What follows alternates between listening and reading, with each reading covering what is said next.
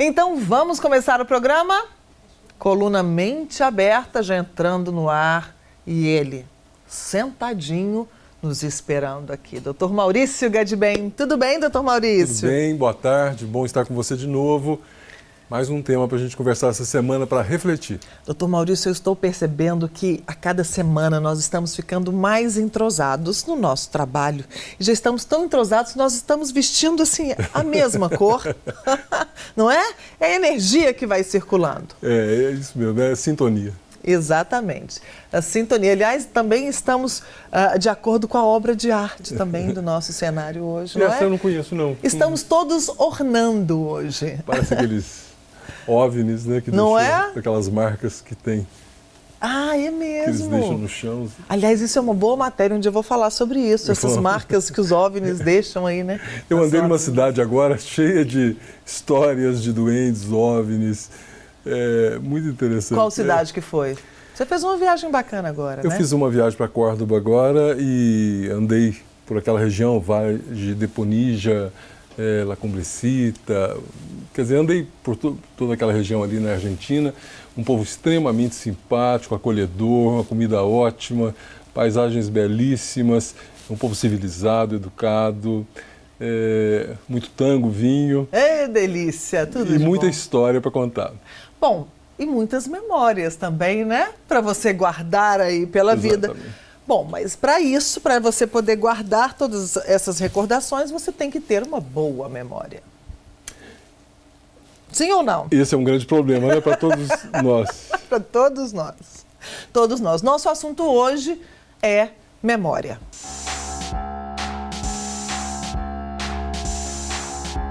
Uma das grandes reclamações que os pacientes me trazem exatamente são falhas de memória.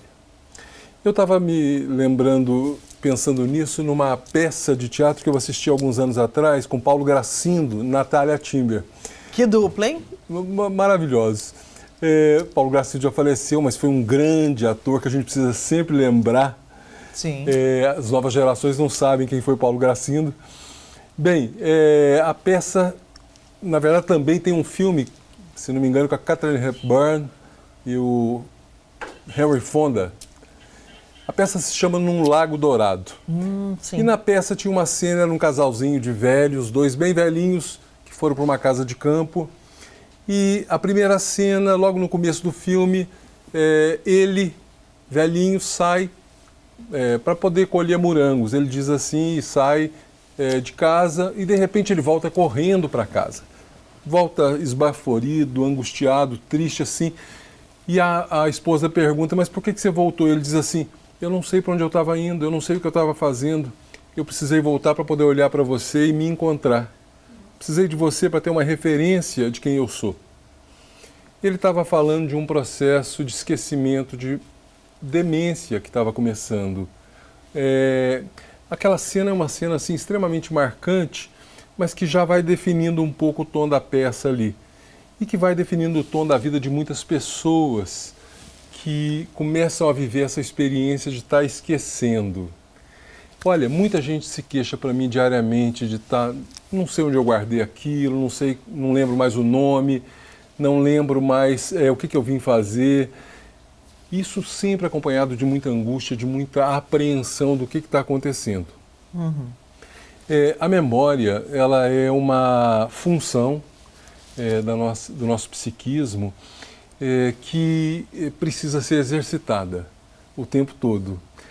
Na verdade... É igual musculatura, que a gente tem que exercitar o músculo para a gente ficar com o músculo bacana. A memória a gente precisa exercitar ela. Para poder ela... Fazer exercícios diários, não é? Diário. E para isso que ela precisa, ela precisa disso para poder funcionar e funcionar por muito tempo. Mas nós temos assim alguns tipos de memória. Memórias, desde que nascemos, nós temos vivências, experiências, sentimentos, sensações, percepções, e tudo isso vai ficando guardado. Nós vamos fixando aquilo na nossa mente. Tudo isso vai ficando guardado em nós. Na verdade, nós guardamos tudo, mas evocamos, lembramos, recordamos muito pouco de tudo que foi guardado. Tudo é guardado, mas na hora da lembrança, o que eu consigo lembrar tem muito a ver com é o sentimento que está ligado... Hoje, né? O sentimento de hoje. Ou que está ligado àquela experiência que eu guardei. Existem adaptações também na memória, né? Às vezes a gente lembra de um fato de uma forma que não foi exatamente o que aconteceu. Não, nunca nós lembramos. Nunca nós lembramos exatamente o que aconteceu. Sempre. A nossa mente, ela é um pouco assim, como uma rede. A rede social é uma coisa muito interessante, porque ela parece que reflete um pouco... as redes sociais parece que refletem um pouco assim, a nossa mente, porque também ali é uma coleção de memórias, né? As pessoas postam fotos, contam casos, feitos, fatos, isso tudo vai construindo essa rede, mas aquilo que a gente lembra nunca é como eu vivi. Sempre aquilo lá está contaminado, está colorido por algum sentimento, por alguma outra experiência que, como em rede, eu uno aquilo. E não é ali, por ligo. Maldade, né? Não, ao contrário. É assim, né? É assim, e a nossa memória, ela nos protege um pouco, exatamente por isso. Porque se eu for lembrar de tudo que eu vivi, que eu guardei, a minha mente ficaria extremamente sobrecarregada. Então, eu vou recordar algumas coisas. Quer dizer, e também, como nessa história do exercício que você disse, nós podemos exercitar a nossa memória. Nós temos vários tipos de memória. Não uma memória, memórias. Nós temos memória musical, olfativa, gustativa, espacial, semântica, vários tipos de memória. Memória recente. Olha, há memória pouco tempo eu vi o Arthur Moreira Lima tocando e quando eu fiquei impressionado de ver como ele conseguia guardar horas de partituras, memória musical ligada a uma memória afetiva, quer dizer, assim, essa capacidade nós podemos desenvolver. Mas, na verdade, não deve ter nada mais triste do que alguém que se sente perdendo a memória. Isso sempre me faz pensar muito o que é que pode fazer uma pessoa perder a memória, porque as queixas são muito frequentes. A ideia, assim, de você... Eu associo muito essa ideia, assim, como você está num lago sem peixes. Quer dizer, você tenta pescar uma ideia, uma lembrança, mas aquilo não tem nada mais triste que um lago sem peixes, né? E você não consegue trazer à tona de novo aquela lembrança. E as pessoas se queixam muito para mim disso. Então nós temos que pensar em várias coisas que podem prejudicar a nossa memória. Do mesmo jeito que nós temos que pensar também naquilo que pode ativar a memória. Certamente, entre muitas doenças podem levar de fato à perda de memória. Doenças orgânicas e doenças psíquicas. Depressão, por exemplo. A própria demência que você falou. Demência, que é uma doença orgânica, uma doença cerebral, afetando e comprometendo. O envelhecimento pode... O envelhecimento, necessariamente não, mas o envelhecimento se acompanhado, por exemplo... De demência. Você quer ver um quadro de demência muito característico? Existe uma síndrome que chama síndrome de Korsakoff, que é um quadro típico de alcoolista, de alcoólatras. Quer dizer, o cara vai bebendo a vida inteira, chega lá, uma certa idade, ele começa a perder a memória. E é uma memória, é uma perda que é praticamente definitiva. Outras drogas também podem fazer isso, não? Podem. A maconha, a cocaína, por exemplo, podem fazer isso também, não? Eu não vou falar aqui ao vivo disso, mas... Então vamos deixar para lá. Certamente tem algum comprometimento, mas não necessariamente... Olha, nós estamos falando de doenças psíquicas e doenças cerebrais que podem comprometer. Nesse sentido, uma pessoa que vai usar droga, ela não está bem, não é à toa. Quer dizer, então, assim, para ela desenvolver, por exemplo, uma situação de perda de memória, é mais um sintoma, além de usar droga. Um dia nós vamos falar só sobre isso. Ok. Mas, nesse caso, eu acho que a gente precisa de considerar aqueles quadros que são irreversíveis e aqueles quadros que são reversíveis de perda de memória. As doenças psíquicas, em geral, elas são possíveis de você reverter aquela perda de memória. As doenças orgânicas, menos. Por exemplo, esses quadros demenciais, eles são mais difíceis de ter uma reversão, mas as doenças psíquicas, como a depressão, como o alcoolismo, são doenças que você pode proteger sua memória. Antigamente, a gente pensava muito nessa perda de memória, muito associada ao envelhecimento mesmo, né? Quer dizer, é claro que algumas patologias podem acontecer e adiantar esse processo de perda de memória. Mas era mais comum nos idosos. Hoje a gente tem visto que cada vez mais pessoas mais jovens estão tendo problema com memória. Muita gente jovem se queixa de perda de memória, está esquecendo. Na verdade, essas pessoas não têm esses quadros que a gente chama de quadros orgânicos, quadros cerebrais. Elas estão muito mais acometidas de doenças emocionais. Eu imagino que a memória é como se fosse um baú que a gente vai colocando lá dentro tudo. Quanto mais cheio esse baú fica, mais congestionada a memória fica, né? Então você não consegue lembrar muitas coisas. Isso é a minha visão. E a recordação, ela sempre tem esse caráter afetivo. Sim. Quer dizer, você vai recordar de acordo com aquilo que foi um trauma para você ou aquilo que deu prazer. Quer dizer, isso é importante. Muitas vezes eu atendo pessoas que se queixam muito desse medo de estar esquecendo. E, no fundo, quando eu vejo assim, eu escuto mais aquela pessoa, eu vejo nela assim, o grande medo que ela tem é de ser esquecida.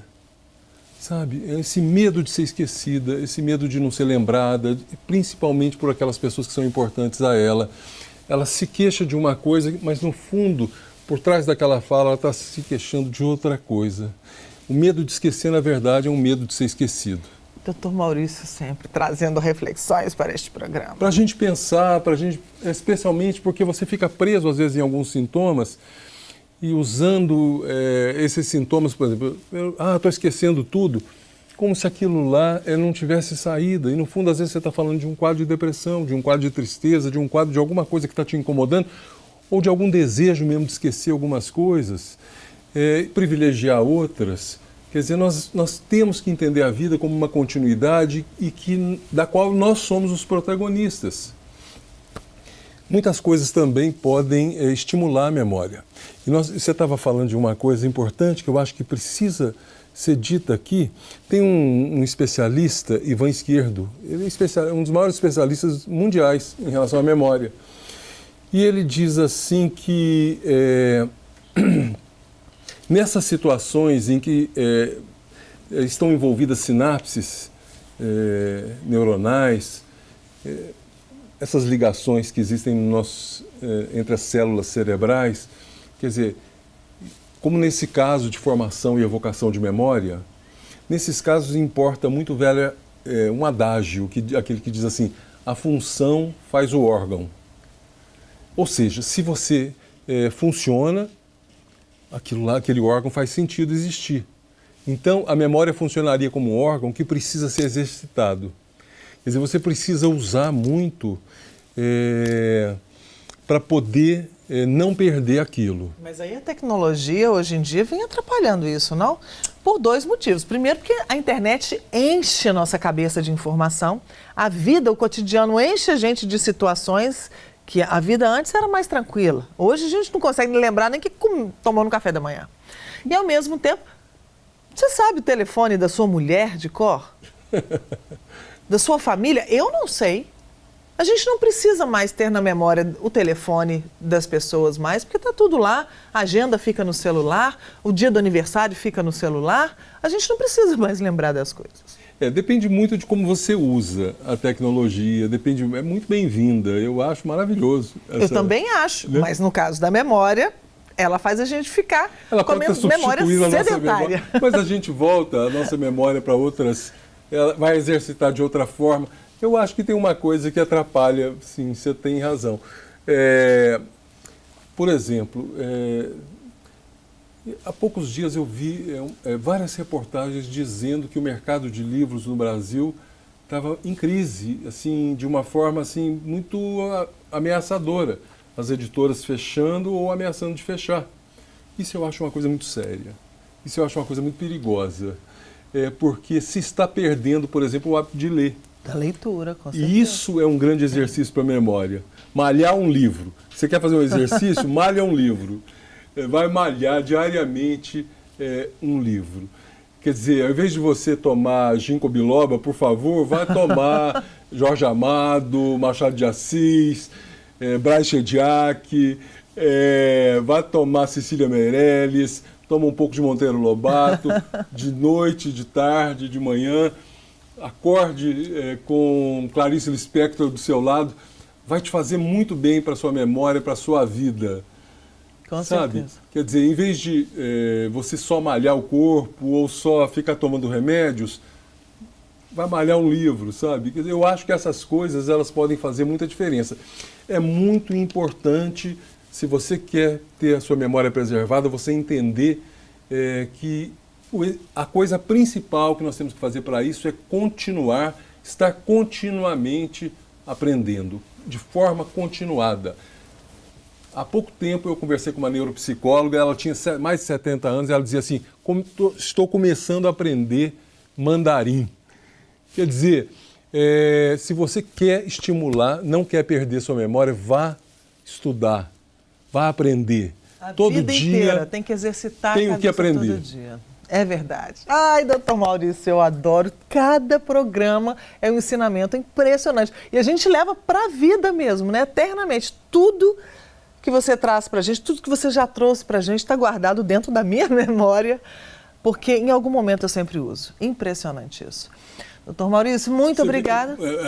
Nesse sentido, a mente fica mais aqui, né? No coração, também. Porque quando você diz assim, tudo que você diz está guardado, você está falando do coração, do afeto, né? Exatamente. A nossa memória às vezes está mais aqui do que aqui, viu? Com certeza.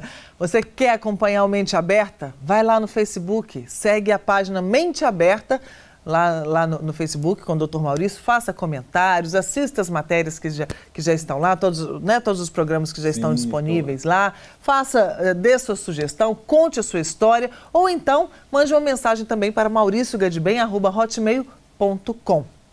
Dr. Maurício, semana que vem estaremos de volta? Olha, eu espero você aqui, esperamos você, vai ser um prazer estar com você também, poder conversar, trocar ideia, refletir sobre a vida. Muito bem, então nós vamos agora para o intervalo. Semana que vem, Dr. Maurício Gadibem volta, mas daqui a pouquinho eu volto. Só um minuto.